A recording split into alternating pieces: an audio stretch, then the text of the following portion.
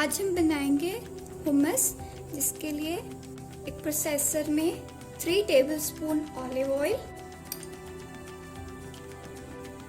1/4 bowl sesame paste, sesame seeds paste, जिन्हें मैंने roast करके पीसा हुआ है, 1 clove garlic,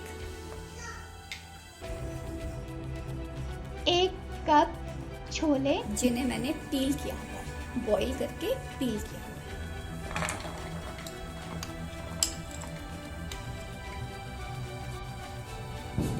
1 teaspoon salt,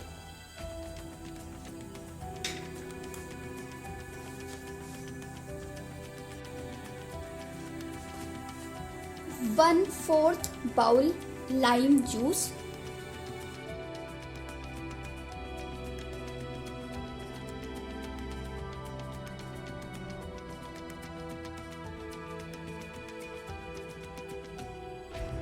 1/2 bowl water.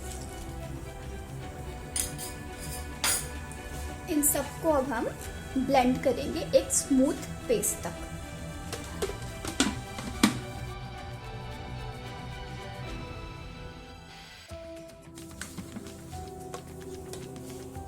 हमारा हुमस रेडी है, इसको अब हम एक बाउल में निकाल लेंगे। इसको हम सर्व करेंगे,